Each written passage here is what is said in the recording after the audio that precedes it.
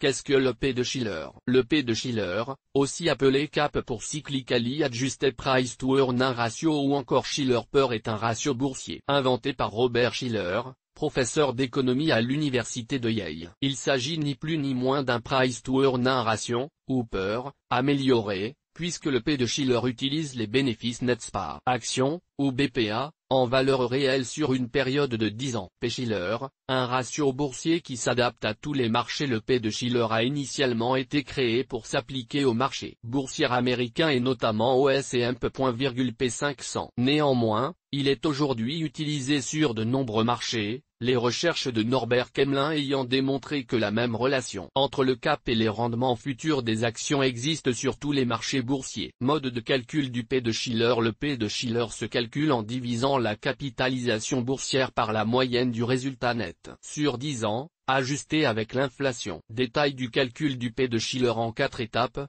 Constituer une liste des BPA des 10 dernières années des valeurs qui composent l'indice boursier. Ajuster les BPA par l'indice des prix à la consommation sur la zone géographique étudiée, États-Unis pour le S&P 500, France pour le CAC 40, etc.